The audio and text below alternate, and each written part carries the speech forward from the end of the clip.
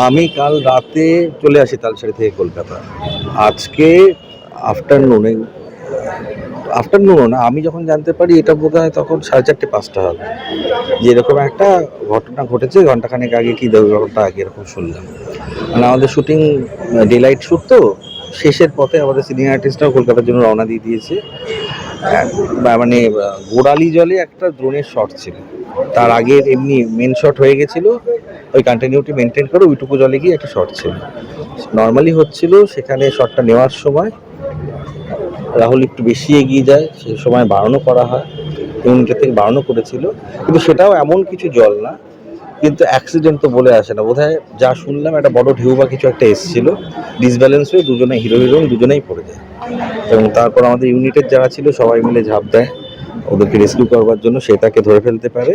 কিন্তু রাহুল আরেকটু জলের তোরেই হোক বা পাহাড়কে গিয়েই হোক আরেকটু এগিয়ে যায়। তখন আমাদের সেফটি বোর্ড থাকে সাথে সাথে এসে, কারণ ক্যামেরা জোনের মধ্যে তো কিছু থাকতে পারে না, একটু ডিস্টেন্সে থাকে।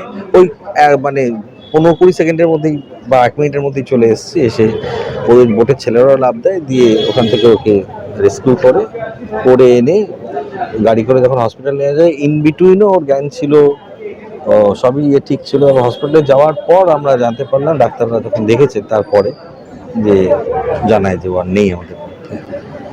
এর আগে কি কোনো অসুস্থতার কথা কিছু না জানতে না না পেরেছেন? না, একদম সুস্থ সবল। কালকে কত গল্প হলো, আড্ডা হলো, আজকে সকালবেলাও সব নর্মাল ছিল, মানে একদমই কোনো প্রবলেমই না। এটা কি বলবো, এটা আমরা এখনো ভাবতে পারছি না যেটা প্রোডাকশনের তরফ থেকে তো আমিই বলছি। তো চ্যানেলের সাথে তো কথা হয়েছে, এখন মানে এই মুহূর্তে না আমরা আর কিছু ভাবতে পারছি না, মানে হঠাৎ করে এরকম একটা নিউজ তো মানে অসহায় লাগছে, কি বলবো, কি করা উচিত, মানে ভাষা খুঁজে পাচ্ছি না। তো প্রসিডিওর চলছে, যেহেতু এরকম একটা বাইরে গিয়ে হয়েছে, তার তো জানেন পুলিশ কেস হয়েছে বা বিভিন্ন নিয়ম কানুন আছে, সেগুলো ওখানে প্রসেস অলরেডি চলছে।